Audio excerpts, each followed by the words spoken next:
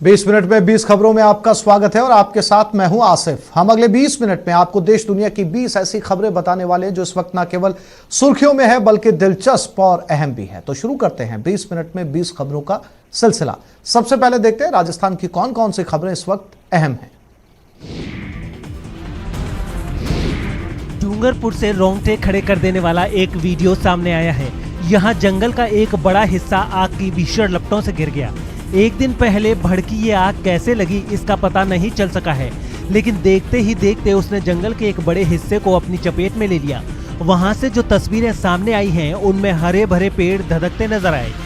जगह जगह घास होने की वजह से आग तेजी से आगे बढ़ती दिख रही थी। उसकी ऊंची लपटों ने पास के लोगों को दहशत से भर दिया और वहां हर जगह से धुआं भी उठता नजर आया।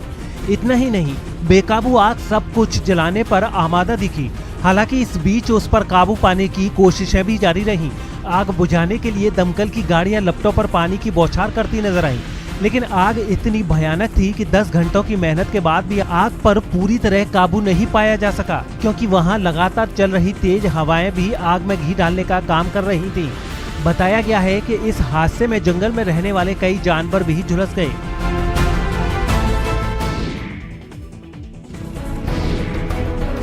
कोटा के एयरपोर्ट परिसर में सोमवार की देर रात भीषण आग लग गई और तेज हवाओं की वजह से ये आग एयरपोर्ट परिसर में तेजी से फैल गई। आग की सूचना मिलने पर एयरपोर्ट और जिला प्रशासन में हड़कंप मच गया और आसपास के सभी फायर ब्रिगेड की टीम को आग बुझाने के लिए बुला लिया गया। दीवार है, 12 फीट ऊंची दीवार है कोटा एयरपोर्ट की। फिलहाल रात की बात ये जो एयरपोर्ट है यहाँ से कोई एयरलाइंस वगैरह यहाँ से हवाई सेवा अभी फिलहाल है नहीं और दमकलों की मदद से अंदर से आग बुझाई जा रही है और जो रास्ता है उसको पूरा ब्लॉक कर दिया गया है। आग की तस्वीर हम दिखा रहे हैं। ये ऊंची दीवार है, जो बारबोर्ड जो लगी हुई है दीवार की उसको भी फांद रही है इसकी लपटें।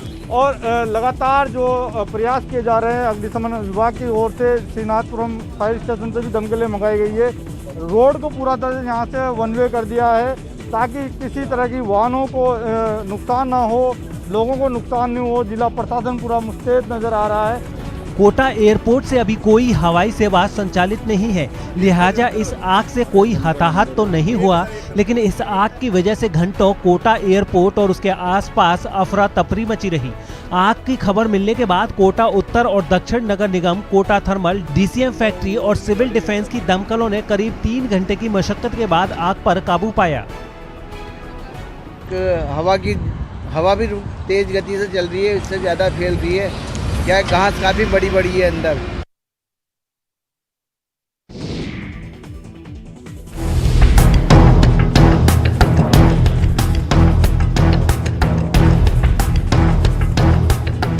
अलवर जिले के तिजारा थाना के दायका गांव में सोमवार देर शाम को 2 परिवारों के बीच हुई हिंसक झड़प में एक महिला की मौत हो गई, जबकि 6 लोग गंभीर रूप से जख्मी हुए हैं। बताया जा रहा है कि दायका गांव के बली और ईसर के परिवार के बीच झगड़ा हुआ, जिसमें दोनों पक्ष लाठी और धारदार हथियार लेकर एक दूसरे पर टूट पड़े। इस जंग में 65 साल की एक बुजुर्ग महिला की मौत हो गई। बताया तो यहाँ तक जा रहा है कि इस झगड़े के दौरान फायरिंग भी हुई। हालांकि पुलिस ने कहा है कि अभी इस मामले की जांच की जा रही है। में जो नियमानुसार अनुसंधान है वो इसमें प्रारंभ कर दिया गया है। इस संबंध में वली मोहम्मद द्वारा नामजद लोगों के खिलाफ रिपोर्ट दी है, जिसमें जैसी नियमानुसार कार्रवाई है वैसी की जाएगी और घटना की गंभीरता को समझते हुए उच्चाधिकारी भी मौके पर पहुंच के स्थिति का जायजा लें।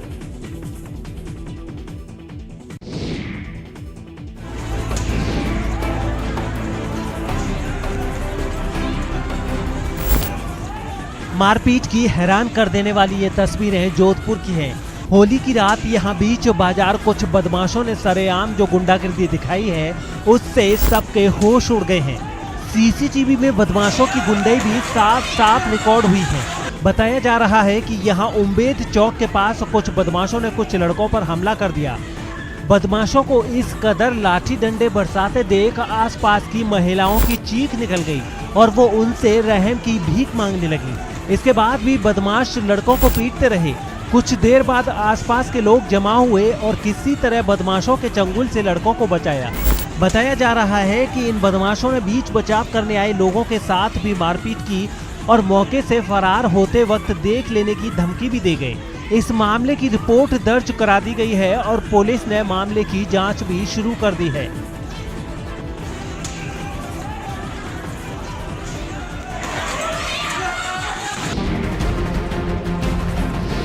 बाड़मेर से रोंगटे खड़े कर देने वाला एक वीडियो सामने आया है, जिसमें क्रिकेट खेलने के दौरान दो टीमों के कुछ खिलाड़ी आपस में भिड़ गए।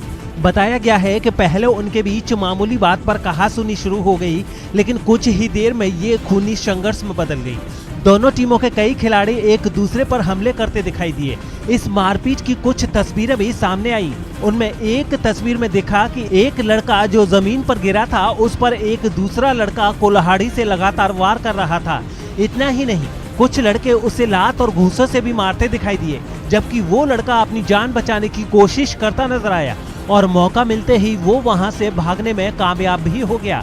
अपराधियों की धरपकड़ के लिए भिजवाई गई। 3 अपराधियों को गिरफ्तार किया गया। इस मारपीट में एक पक्ष के 3 लड़कों को गंभीर चोटें आई हैं। पुलिस अब इस पूरे मामले की जांच पड़ताल कर रही है। को पार करने लग गया है। मौसम विभाग ने कोटा में हीट वेव और पश्चिमी राजस्थान के बीकानेर, बाड़मेर, जैसलमेर और चूरू में सीवियर हीट वेव चलने की चेतावनी दी है। सोमवार को गर्मी के तेवर जिस कदर तल्ख नजर आए थे, ठीक वैसा ही हाल मंगलवार का भी रहा। सोमवार को चूरू, भरतपुर, करौली में अधिकतम तापमान 43 डिग्री सेल्सियस से अधिक दर्ज किया गया।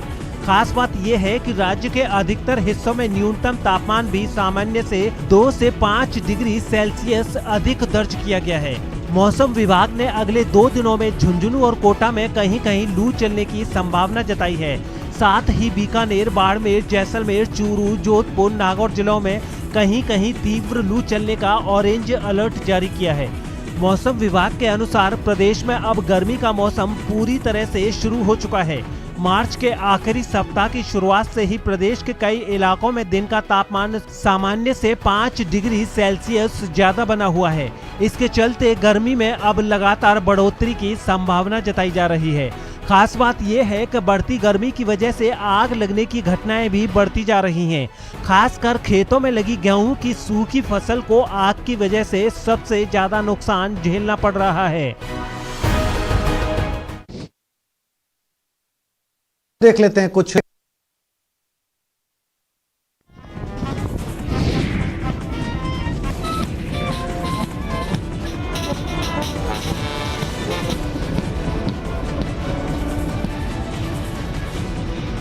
कोची बंदरगाह पर फ्रेंच नेवी शिप टॉर्नीडो एंड सरकॉफ का शानदार स्वागत किया गया। इस असॉल्ट हेलीकॉप्टर कैरियर का इंडियन नेवी बैंड ने पारंपरिक तौर पर स्वागत किया। फ्रेंच नेवी का यह शिप क्वाड देशों के युद्धाभ्यास में शामिल होने के लिए कोची बंदरगाह पर पहुंचा है। क्वाड देशों के इस युद्ध अभ्यास में भारत और फ्रांस के अलावा जापान, ऑस्ट्रेलिया और अमेरिका की नेवी भी शामिल होने वाली है। नौसेना का इस युद्ध अभ्यास का आयोजन 5 से 7 अप्रैल के बीच बे ऑफ बंगाल में किया जाना है। इस युद्ध अभ्यास में भारत, अमेरिका, फ्रांस, जापान और ऑस्ट्रेलिया की नौसेना अपना दमखम दिखाएंगी। चीन की बढ़ती दादागिरी को देखते हुए इस युद्ध अभ्यास को काफी अहम माना जा रहा है।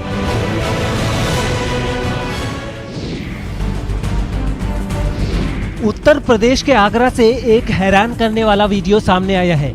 यहाँ ताजमहल का दीदार करने पहुंचे 2 परिवार वालों के बीच मारपीट हो गई। एक परिवार के लोगों ने दूसरे परिवार के एक आदमी पर लड़कियों के साथ बदसलूकी करने का आरोप लगाया और फिर उसे पीटने के लिए टूट पड़े। कुछ देर में ही ताजमहल के अंदर दोनों परिवार वाले गुत्थम गुत्ता हो गए। दोनों परिवार की महिलाएं भी इसमें पीछे नहीं रहीं। इस घटना के वक्त कुछ पुलिस वाले और CISF के जवान भी वहां मौजूद थे, लेकिन वो लोग भी कुछ देर तक झगड़े को सुलझाने में नाकाम रहे। हालांकि कोशिशें जारी रखी।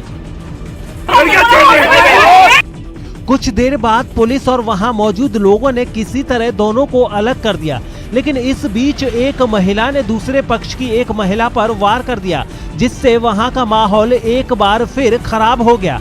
बताया गया है कि 2 दिन पुराने मारपीट के इस वीडियो को वहां मौजूद एक लड़के ने अपने मोबाइल में रिकॉर्ड कर लिया और फिर उसे वायरल कर दिया। उत्तर प्रदेश के इटावा में होली खेलने के दौरान हुए विवाद में पूर्व महिला पार्षद मुन्नी देवी की मौत हो गई। आरोप है कि उन्होंने जब हंगामा करने वालों का विरोध किया तो उनकी पीट कर हत्या कर दी गई। इस घटना का एक वीडियो भी सामने आया है जिसमें कुछ लोग उनके घर के बाहर इकट्ठा होकर हंगामा करते दिखाई दिए। बताया गया है कि जब पूर्व महिला पार्षद के साथ उनके घर वालों ने उन्हें वहां से चले जाने को कहा तो उन्होंने मारपीट शुरू कर दी। दारू पी के हमारे घर के सामने कुछ गुंडे आए हैं, मोहल्ले के लोग, और हमारे घर वालों को मारपीट। बाद में घर वालों ने उन्हें तुरंत अस्पताल में पहुंचाया जहां उनकी मौत हो गई। इस घटना की खबर मिलते ही पुलिस वहां पहुंच गई और आरोपियों को पकड़ने में जुट गई।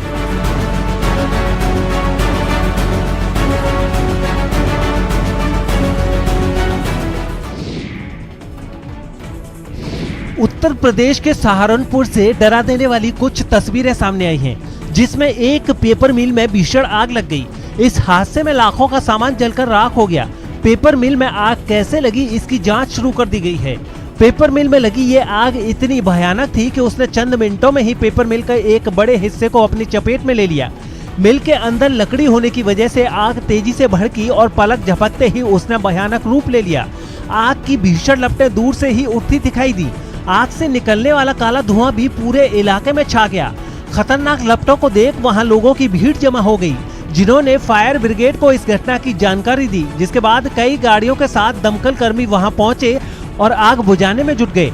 करीब 3 घंटे की कड़ी मेहनत के बाद मिल में लगी आग को दमकल विभाग के लोगों ने बुझा दिया। आग को पूर्ण रूप से कंट्रोल कर लिया गया था। इस घटना में कोई ना किसी को इंजरी हुई है, ना कोई लाइफ लॉस है। इस हादसे में मिल की इमारत का एक हिस्सा तो बर्बाद हुआ ही, साथ ही लाखों रुपए का सामान भी जलकर राख हो गया।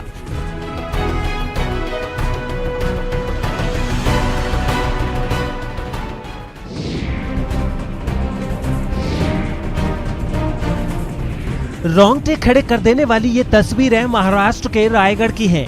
कई किलोमीटर दूर से ही धुएं का गुबार नजर आ रहा है।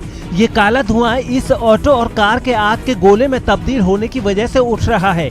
बताया जा रहा है कि इस कार और ऑटो की इतनी जोरदार टक्कर हुई कि आग लग गई और चंद पलों में ही इसने दोनों गाड़ियों को अपनी चपेट में ले लिया। आग लगने के बाद मौके पर अफरा तफरी मच गई।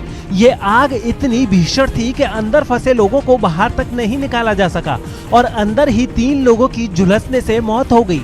आग की वजह से घंटों इस रूट पर यातायात बाधित रहा और इसे हटाने में फायर ब्रिगेड और पुलिस वालों को कड़ी मशक्कत करनी पड़ी।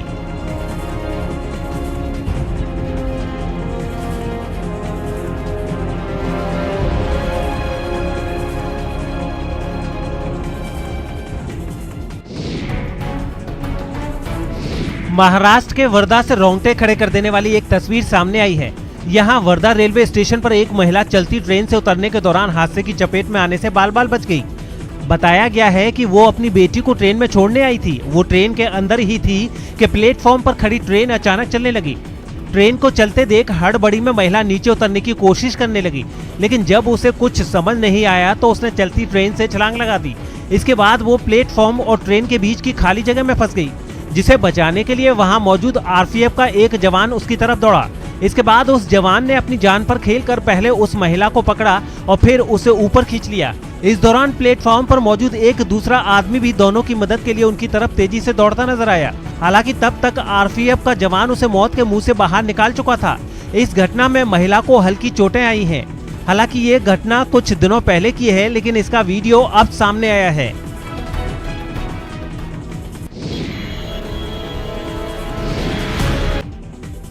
महाराष्ट्र में नाइट कर्फ्यू लगने के बाद भी कई लोग लापरवाही करने से बाज नहीं आ रहे। मुंबई समेत पूरे महाराष्ट्र में हर दिन कोरोना मरीजों की तादाद में तेजी से बढ़ोतरी हो रही है, लेकिन इसके बाद भी कई लोग कोरोना नियमों को तोड़ने की गलती कर रहे हैं। मुंबई की दादर सब्जी मंडी से जो तस्वीरें सामने आई हैं वो डरा देने वाली हैं। एक दूसरे से 2 गज की दूरी तो बहुत दूर की बात, वहां कुछ लोगों ने चेहरे पर सही तरीके से मास्क लगाना तक जरूरी नहीं समझा। पिछले 24 घंटे में मुंबई में करीब 7,000 कोरोना मरीज सामने आ चुके हैं, लेकिन दादर सब्जी मंडी की भीड़ इस बात से बेपरवाह नजर आई। दादर की सब्जी मंडी में हर दिन जो भीड़ लगती है आज भी वो जारी है। जो सोशल डिस्टेंसिंग होनी चाहिए, जो कोविड नियमों का पालन होना चाहिए, वो यहाँ पर शून्य के बराबर है। कुछ ऐसा ही हाल भिवंडी की सब्जी मंडी में भी दिखा। राज्य सरकार ने जो नाइट कर्फ्यू लगाया है उसका टाइम रात 8 बजे से सुबह 7 बजे तक है, लेकिन भिवंडी की सब्जी मंडी में तो सुबह 6 बजे ही सैकड़ों लोग खरीदारी करने पहुंच गए। हालांकि शहर की कई सड़कों पर पुलिस ने बैरिकेड लगाकर गाड़ियों की चेकिंग जरूर की। इस अभियान का एक मकसद ये भी था कि लोग बिना वजह घरों से बाहर निकलकर भीड़ न लगाएं। मध्य प्रदेश के नरसिंहपुर से दिल दहला देने वाला एक वीडियो सामने आया है।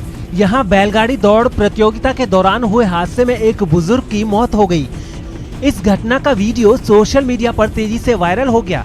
इस वीडियो में साफ दिख रहा है कि जैसे ही ये प्रतियोगिता शुरू हुई और बैलगाड़ियां एक दूसरे को पछाड़ने लगी, तभी एक बुजुर्ग उनके रास्ते में आ गया। इससे पहले कि वहां मौजूद लोग उसे हटा पाते, एक बैलगाड़ी उसे रौंदते हुए चली गई। इस घटना से वहां भगदड़ मच गई। लोग तुरंत जमीन पर गिरे उस बुजुर्ग के पास पहुंचे। उन्हें लगा कि बैलगाड़ी की चपेट में आने से वो बेहोश हुए हैं, लेकिन वक्त बीतने के साथ ही कुछ लोगों को लगा कि मामला गंभीर है और फिर वो उस बुजुर्ग को उठाकर अस्पताल ले गए। हालांकि तब तक उसकी मौत हो चुकी थी। वहीं पुलिस भी वहां पहुंचने के बजाय 2 जिलों की सीमाओं के विवाद में उलझी रही। इससे पहले सैकड़ों की संख्या में लोग यहां नजर आए। हैरानी की बात यह है कि कोरोना संकट के बावजूद लोगों ने वहां भीड़ जुटाई।